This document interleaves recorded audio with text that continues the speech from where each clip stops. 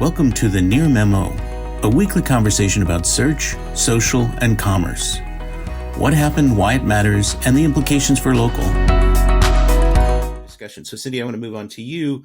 You had raised the Deals tab or Deals button that appeared as an interesting development and reflective of where you think of Google's larger strategic objectives. So why don't you elaborate on that?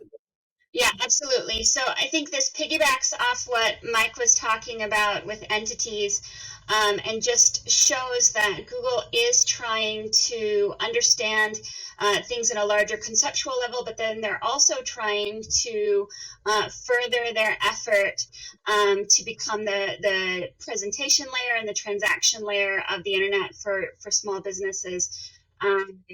For all businesses, not just small businesses. And I think that it shows that they are worried about the impact of Amazon, and this is just another way for Google to try to protect the market share that they have against Amazon and perhaps build it out, is by adding filters, features, buttons, and testing out to see what is going to work and what our users going to like the most, but also what our business owners going to like the most, in terms of being able to easily upload a product feed, manage it along with a GMB profile, and potentially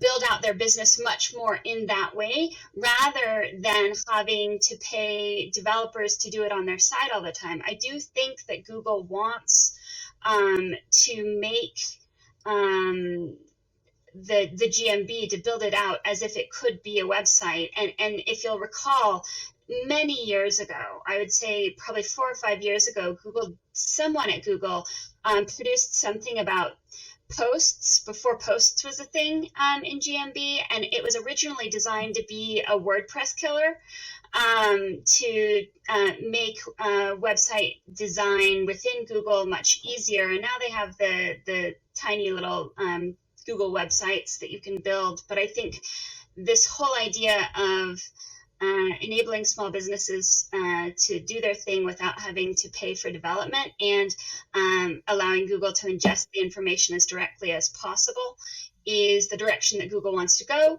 And of course, attaching the product feed and the deals filters, and the ability to put posts and deals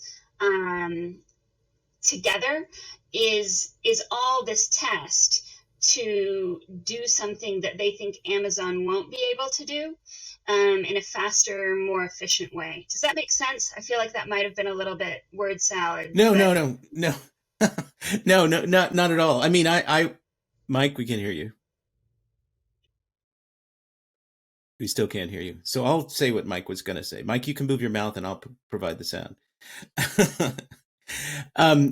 In fact, as we discussed before we started the podcast, Google, in the frenzy of all the daily deals sites back, it may be as much as 8 or 9 years ago now, maybe not that many, Google bought the deal map, and they integrated deals in a big way into the whatever the local entity was at that time, whatever they were calling it. I don't even remember at this point. And then they killed it. And then they walked away from it.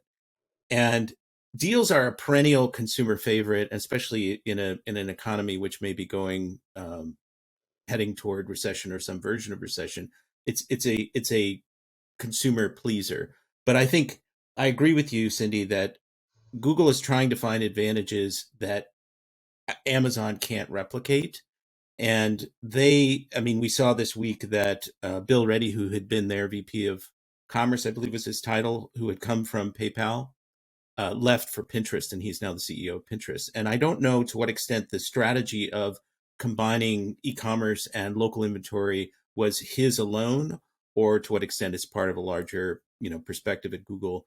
But this feels like a big loss for them, although I don't think there's going to be any strategic change for them in the immediate future. Mike, are we still? Go ahead, Cindy. Fascinating because of the Google also testing the filter buttons in image search, And if you've done an image search recently for a product, something that seems like a product, what you'll notice is probably more than half of the images in image search are actually products, and they're slipping in shopping carousels and product carousels.